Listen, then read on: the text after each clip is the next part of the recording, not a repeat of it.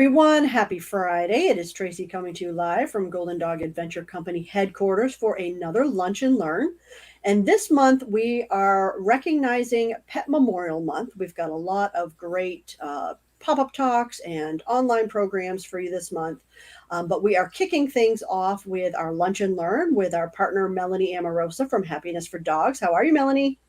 Doing fantastic, Tracy. How are you today? Doing well, thanks. Glad you could join us. I just want to give people a little bit of an idea of what we're talking about today because this topic is something you may not be aware of. So, what we're going to talk about are serenity ceremonies and why they're important. Specifically, we're going to go over understanding the animal's view of on end of life. We're going to talk about how to change our mindset and remain present for our animal companions and talk more about serenity ceremonies and how they can help both humans and animals. So hopefully you can spend a few minutes here with us on your lunch. I was about to say lunch hour, but do people even get an hour anymore? I'm thinking it's like a Sadly, lunch 10 minutes, you know. So whether you're spending 5 minutes or 10 minutes or the whole 20 to 30 minutes with us, or you're watching on the replay, if you have any questions or anything seems confusing, because like I said, this is a new topic, we want to hear from you and we'll get Melanie connected with you so you can learn more. So Melanie, before we jump into it, tell us a little bit about what you do at Happiness for Dogs and kind of the 30,000 foot view on what a serenity ceremony is. sure thing. So, Happiness for Dogs is a body, mind, soul type of approach to animal wellness. I do canine massage, but I also do energy work and Reiki and energy clearing for all animal companions. And when it comes to serenity ceremonies, that is a process that I developed for humans and their animal companions as they're facing end of life. And it's meant to support both the human and the animal who have very different needs at that transition point. And it's designed to help them both process and move on from those events and to heal. Well, I So love this. I love the name Serenity. What a perfect name. And it's so appropriate for us to be discussing this during Pet Memorial Month. So I'm interested in learning about this new concept that you've developed and how it helps people. absolutely. We're going to talk a bit more in depth on what the ceremony is, but it is toward the end of the recording. But it is, again, a way to support both human and animal. We look at the energies of both and help clear some of the things that are holding both back from your animal companion from transitioning, and you from being there and being present for your animal and focusing on the most important aspect of your relationship with them, which is love and trust, Hmm. because all these other emotions start to get in the way. Yeah, so, and just make sure that I understand, because this is a new concept to me too. So we're talking about this is before the animals crossed over, and this is the process that you're going through with trying to decide to let them go or as they're crossing. Explain that to me a little bit more. Um, Serenity ceremonies can be done both ways. So it can either be done with the animal in spirit or before your animal passes. And it can be done just prior to euthanasia, or it can be done a few days and a few weeks ahead of time as sort of a preparation for you both. And there's many different components to it, but part of it is holding energetic space and allowing those negative emotions that creep up for us, the fear, the grief, the guilt, the sense of loneliness, regret, all those things that we hold on to as animal guardians, because we feel like we've let our animal down somehow, or there was something we could have done better. All this stuff starts to just come up for people. And energetically, what we do is we hold the space, we start to clear out those emotions and just focus on that connection of love and unity that you have with your animal companion. Okay, I like that, and that makes sense because, and I think there's something that you hit on that I want to expand upon because I do hear from a lot of people when they're in that process or once they've made that decision, they regret their decision. They double guess themselves. Should I have gone to another vet? Should I have just waited a little longer? Uh, I don't know anybody who doesn't go through that. So you're saying that this it just kind of removes that negative energy. It comes in. I'm assuming you are there with the person. Talk to us about how your Yep. interaction works during this ceremony. So during the ceremony, um, what I do is I look at and people sometimes have questions for me, so they'll say, is my dog ready? How do they feel about this? Um, do they know that I love them? I've had a lot of questions like that around this, and so energetically, I reach it, I connect with the animal. Some of it is animal communication, and then some of it is other forms of energy work that kind of it all sort of melds together, and help answer some of those questions for people. Let them know how their animal is feeling. Um, I had this one Yorkie that I worked with, and she had really advanced liver cancer, and her mom was upset, obviously, and this little dog, all she kept saying to me was, "I'm sorry, I can't help it." That was her message, was that she couldn't help it, and she was sorry that that her mom was going through all of this pain. And you know it's interesting that even in those moments, they are so concerned with us and how we deal with things. I've heard people say that before. Yeah. Exactly. They pick up on our emotions. And at a time when we should be focusing on them and easing their journey forward, some of them still stay connected here to a sense, or connected to their human, and it's harder for them to pass if they're more worried about us than we are about them. Yeah. Which is that unconditional love that animals bring to our life, which is a great joy for us. And that is why people really have a hard time. It's harder for some people to lose an animal companion than it is a family member. I've heard that too. Yeah. Yeah. Well, and I think, because there's a little bit of different communication you can have with, um, a human family member and the you understand because you're speaking, you can understand what they're saying. It's a little bit different. I think people have a harder time, especially when they're going through, the doubt and the grief and the regret and things like that, for them to have that clarity of hearing what their animal or understanding the body language of what their animal's trying to say. So it sounds like that's where someone like you could come in and give that clarity.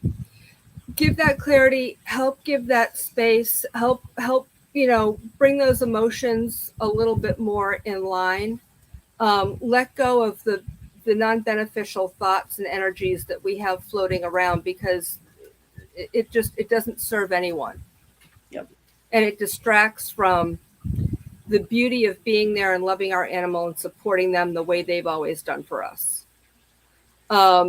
The Hawaiians have a word, it's kuna, and it means trusted guardian, or caregiver.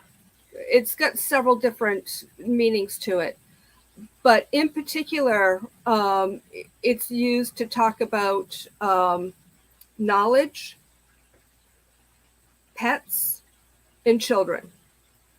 Um, and so when we're looking at pets, again, we are that caregiver. We are that protector, and we're coming to a point where we can no longer fulfill that role for them, and that is very difficult for people to face, that dynamic.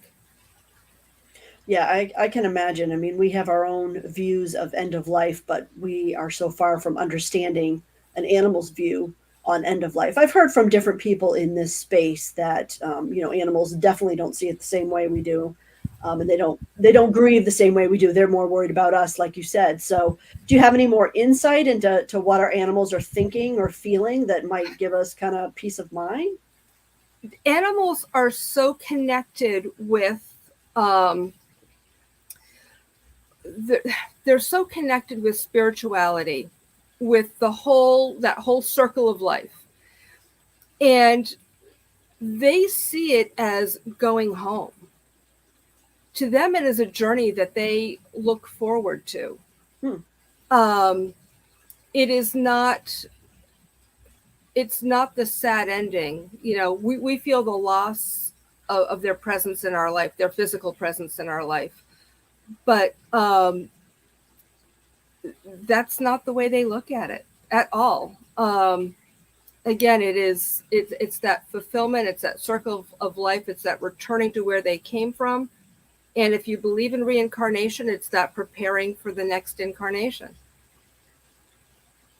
Yeah, yeah, that makes a lot of sense.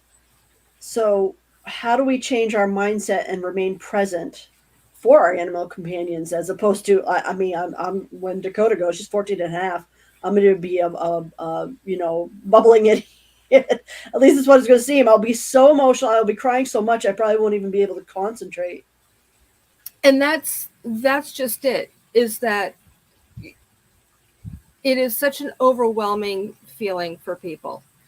And to have someone there to sort of help support you, and to do that energy work, um, and help you clear some of that non-beneficial stuff. I had a client a while ago who's lost several pets. And when I was working with them and helping clear energy for them, so that, and to sort of set the stage for them to be able to be there for their animal companion, they had so much grief, unprocessed grief, that they were sort of clinging on to. And energetically, that looks like this very sticky, oily mud type of substance that just kind of clings to your energy field and just really sort of brings you down. Um, and then what happens is every time you have another loss, that just grows and grows if you're not able to process it and grieve and move on. And sometimes that means a ceremony like this to help you start that process. And sometimes it's working with a professional that can really help you sort of transition through that journey, because it's a devastating loss for anyone. And there's no shame in asking for help and processing that. And because we move on, it doesn't mean that we've forgotten our animals or that they mean any less to us. It's what they want for us.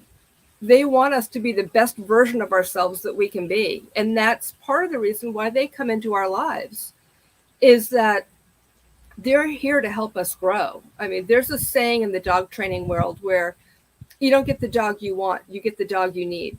Yeah. And Okay. and they help us to grow and evolve. And they show us what unconditional love looks like. And honoring them by being the best version that we can be and helping them with this journey and even afterward is really what they want for us. Yeah. Yeah, that makes a lot of sense. So how does this work? How do serenity ceremonies help humans and animals? And like, if somebody was considering wanting to work with you or understanding how that partnership with you would work as they're preparing for what is yet to come, kind of take us through that, I think.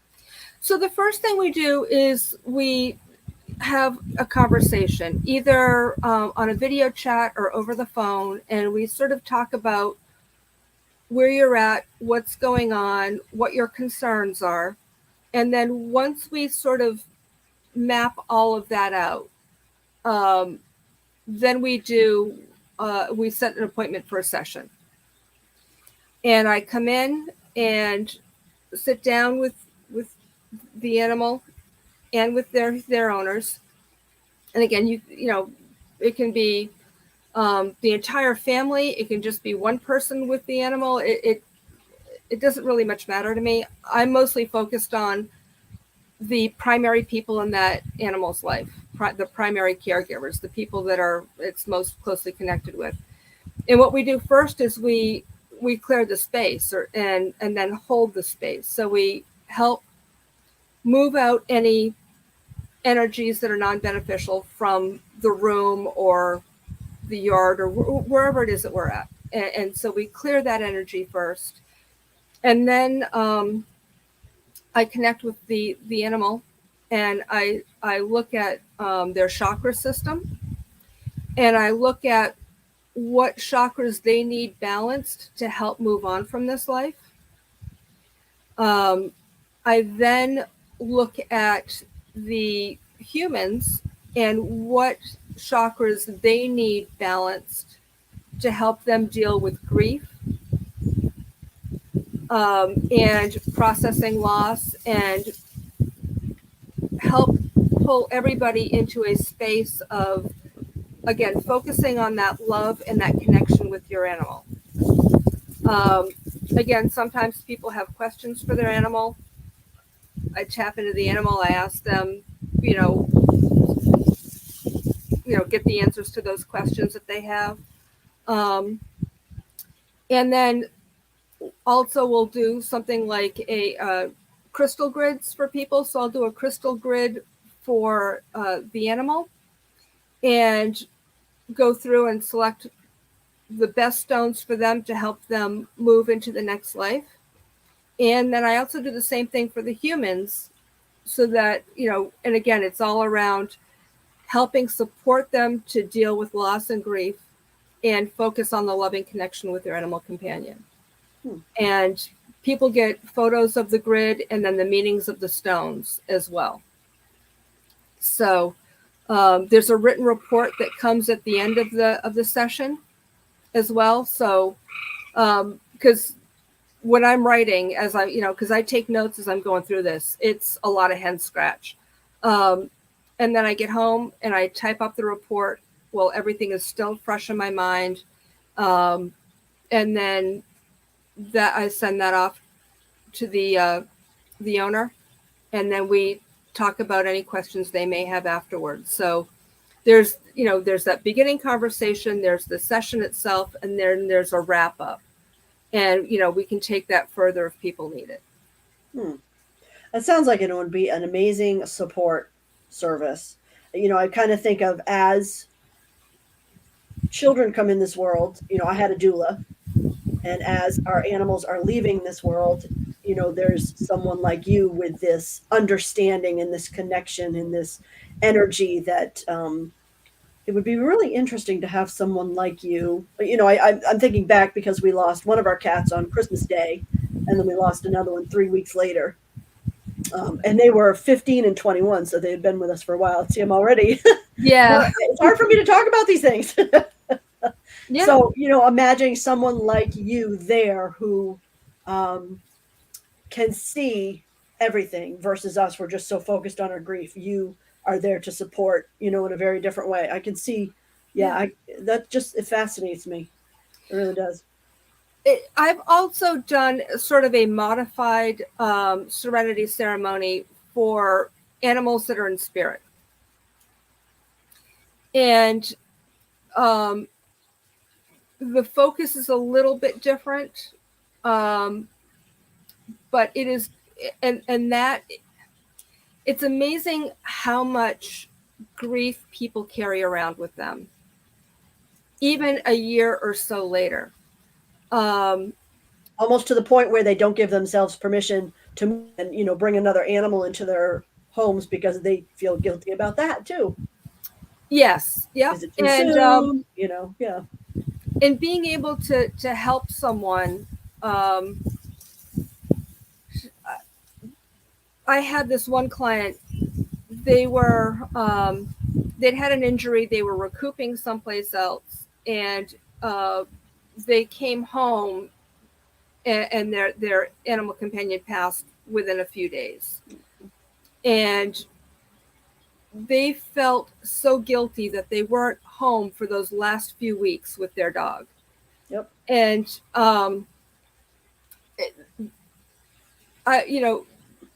it was nice to be able to help them see that event from a different perspective, and to be able to sort of to start the healing process from that. That's the beauty of this work. Yeah. Absolutely. And so, how would people learn more about this, or how could people reach out to you to work with you? So my website is happiness4dogs.com. My email address is in there. My telephone number is in there.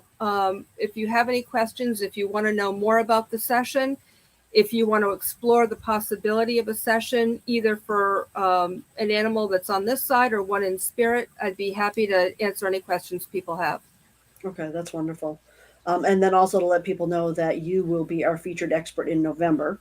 So if you are watching on the replay, you can watch for the events and online education coming up from that. And if you're watching this in our library, if you're a member watching this on the replay, then look for those different topics as well if you are interested in learning more about what Serenity Ceremonies are and what Happiness for Dogs can do for you.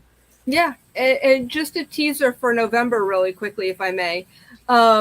So we're looking at doing a couple of different things. We're looking on focusing on gratitude, and we're also looking at Reiki. And everyone has the ability to perform Reiki, and we're looking at offering a class so that people can do Reiki on themselves and then on their animals as well. Oh, that'll be fascinating. Yeah. Oh, I can't wait. Okay. Well, Melanie, thank you very much for spending time with us today and helping us to recognize Pet Memorial Month and give people more options and ideas and happiness. I mean, it just goes well with your with the name of your company. More happiness with working with you and helping us to help our pets transition and kind of help us transition as well. So appreciate your time today. No, thank you very much. I appreciate it. Thanks for watching, guys. We hope you have a great day. Take care. Bye.